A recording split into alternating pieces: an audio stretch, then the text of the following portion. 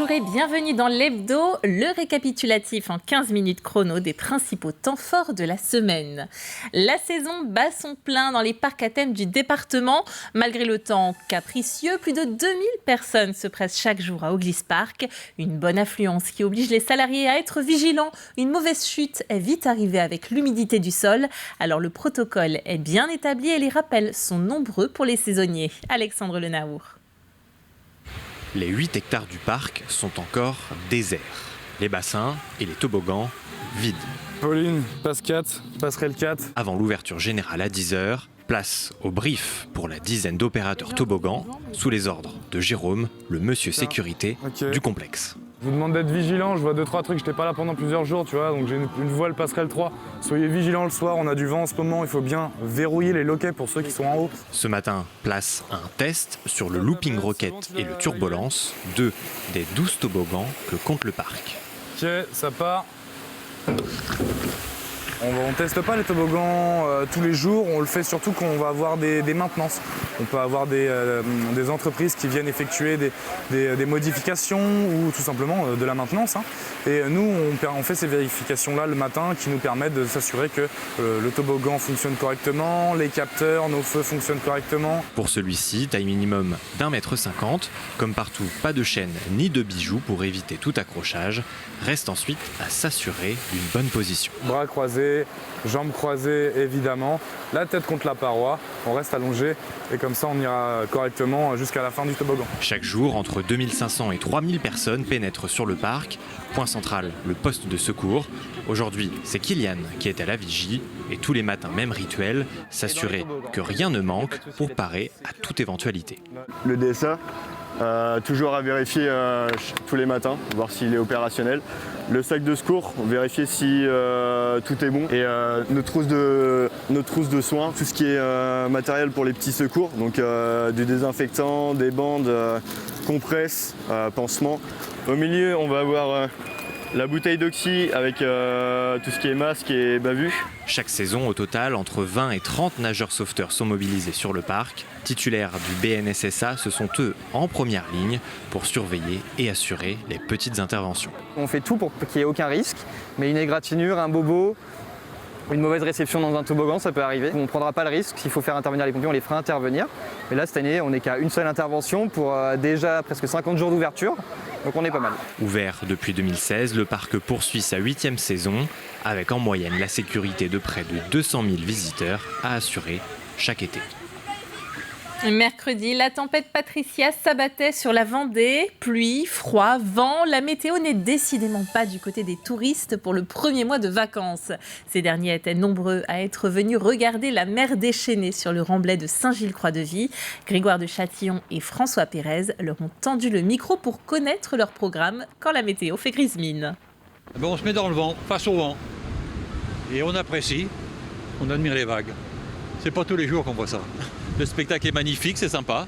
Ça change un petit peu du soleil, mais on est bien. On force le destin et on va se baigner un peu. Mais bon, là, il faut être raisonnable et il faut savoir rentrer aussi.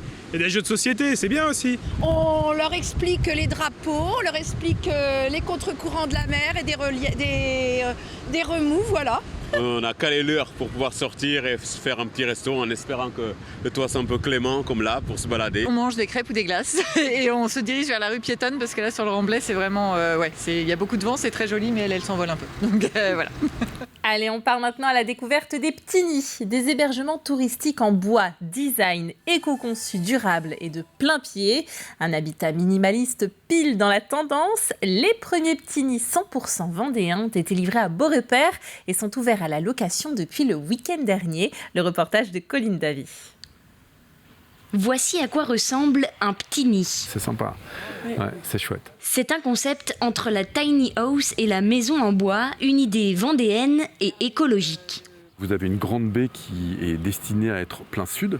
L'avantage du plein sud, c'est que l'hiver, vous avez un maximum de captation solaire. Donc le soleil rentre très loin et donc permet de chauffer l'habitat, donc de limiter la consommation d'énergie.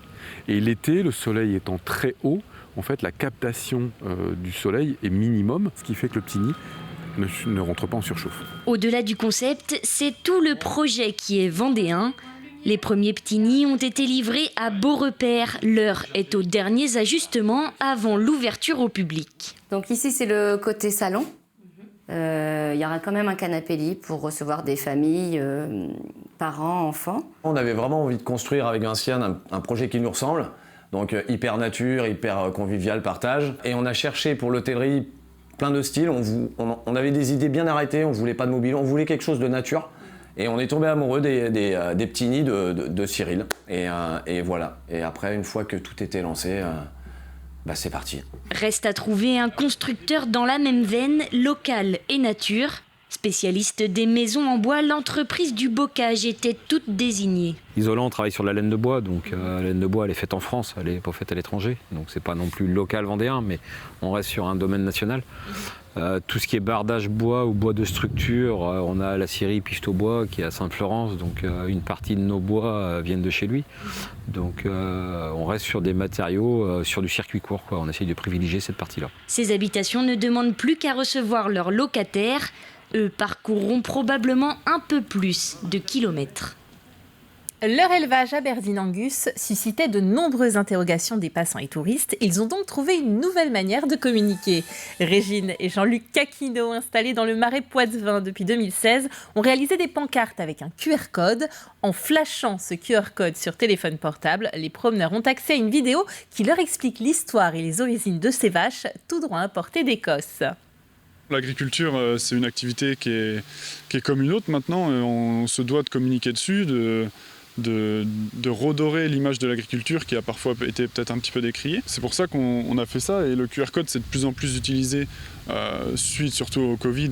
On le voit souvent dans les restaurants, etc. pour scanner la carte. Donc ils peuvent scanner facilement, on capte bien, donc on peut regarder la vidéo aussitôt. Tout promeneur, qu'il soit touriste, qu'il soit locaux, qu'il soit autre, peut se renseigner très facilement. Et d'une vidéo qui est courte, qui est d'1 minute. Donc ça permet d'être synthétique et de donner l'essentiel sur notre exploitation et notre activité. Au Boupère, rien ne se perd. Un état d'esprit qui se traduit par des actes concrets. Pour la construction de la nouvelle salle polyvalente, la commune compte réutiliser les matériaux de l'ancienne salle du lavoir avant sa démolition. Un chantier mené par les habitants eux-mêmes de façon bénévole. Voyez ce reportage signé Grégoire de Châtillon. 620 mètres carrés de parquet à démonter, c'est-à-dire près de 30 000 lamelles de chêne à retirer, jusqu'à 60 000 clous à enlever. La salle du lavoir de la commune du Boupère n'est plus aux normes, elle sera démolie. Le parquet va alors être récupéré et sera réemployé dans la future salle du Boupère, actuellement en construction. Là, on est sur la récupération du parquet.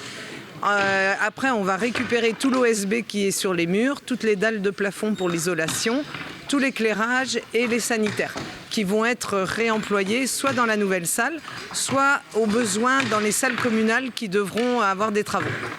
Récupérer des matériaux, alors c'est pas une économie financière, mais en tout cas ça a du sens et ça donne sens au projet qu'on fait.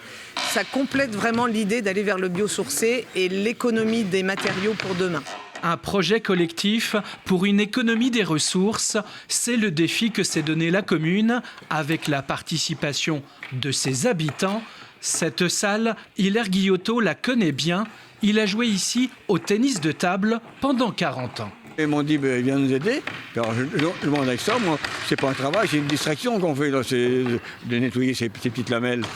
Bruno Mariusa, lui, adjoint à la commune, avait 12 ans lors de la construction de la salle. Il s'en souvient bien. C'était en 1970, en juin 1970. Et c'est mon grand-père, qui était d'ailleurs le patron de l'entreprise, qui a posé ce parquet, avec mon père. 53 ans plus tard, les 14 km de lames en bois de chêne sont récupérés avec précaution, ce qui, au début de ce chantier, n'était pas gagné d'avance. On ne savait pas exactement comment faire pour enlever le parquet sans l'abîmer.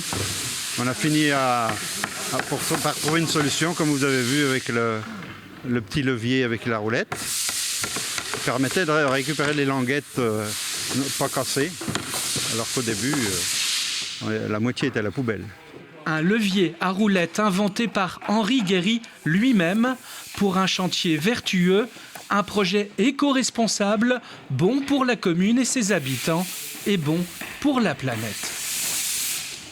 Le festival d'été La Déferlante se poursuit dans 11 communes du littoral de Loire-Atlantique et de Vendée. Pour l'événement phare de ce 30e anniversaire, baptisé Superbe, le groupe Berthe lance un appel à participants pour qu'ils deviennent complices du spectacle à Noirmoutier. Alors un minimum de 10 personnes est recherché, mais c'est encore mieux s'il y en a beaucoup plus.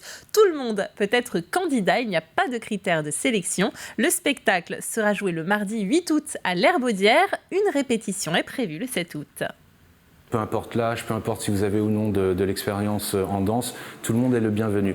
Et en fait, l'idée, c'est que ces bénévoles participants soient des guides pendant le spectacle pour emmener le reste du public à participer aussi avec les artistes. En fait, ce spectacle se veut extrêmement participatif, interactif.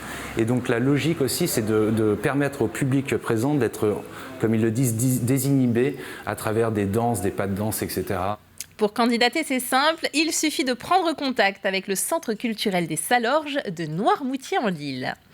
À la recherche d'idées pour occuper vos vacances et si vous alliez vous promener du côté de Salertaine, un village d'artisans d'art avec des ateliers boutiques dans lesquels il fait bon flâner et profiter de la présence des créateurs. On visite avec Grégoire de Châtillon. Il y a de la magie, c'est un vrai spectacle pour les visiteurs. Ce soir, ça va passer au four, ça va recuire. Cela tombe bien. Demain, je vais les sabler. Ce souffleur de verre aime se faire remarquer. Ah, c'est important, il faut faire le show. Moi, j'aime pas la discrétion, en fait. Moi, je suis pas quelqu'un de... En principe, on me remarque. De l'artisanat d'art avec des boutiques ateliers, vous êtes au bon endroit.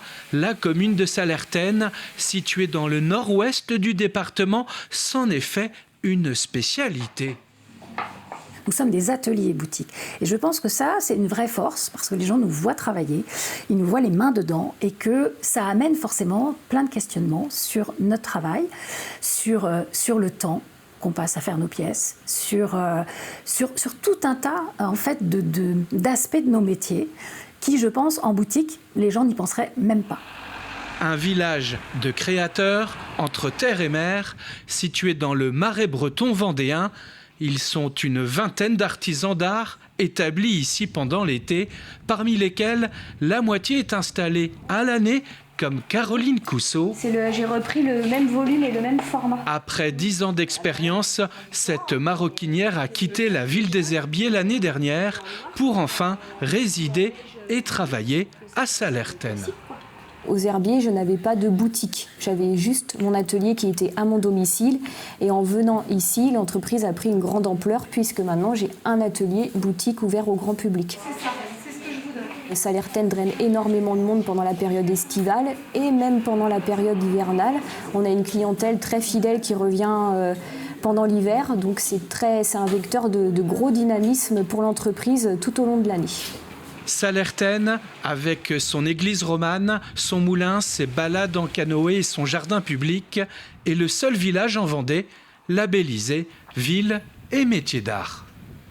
Une dernière information avant de nous quitter. Du 18 au 20 août, le village des saveurs et des traditions du pays de Saint-Gilles-Croix-de-Vie reprend du service. 35 000 personnes étaient présentes sur les éditions précédentes. Alors, pour cette édition 2023, on y retrouvera une quarantaine d'exposants et bien sûr des animations traditionnelles comme de la boulangerie à l'ancienne, le tresseur d'oignons, le maréchal Ferrand ou encore la torréfaction de cacahuètes, mais aussi bien sûr des dégustations, ventes et restauration autour de produits locaux. Ils viennent sur cette manifestation parce qu'ils retrouvent des bons produits. Des bons produits qu'on ne retrouve pas ailleurs ou dans les épiceries fines, mais des bons produits fabriqués par les producteurs. Cette manifestation aura lieu, elle sera ouverte au public de vendredi à partir de 14h jusqu'à 20h. Le samedi et le dimanche de 9h30 à 19h, 21h je crois le samedi soir. Et le rendez-vous est pris. Il est temps de refermer cet hebdo de la semaine. L'actualité sur TV Vendée marque une courte pause pendant les vacances. Nous reviendrons en forme et avec toujours plus d'actualités 100% Vendée à partir du 21 août. D'ici là, passez un bel été et à bientôt.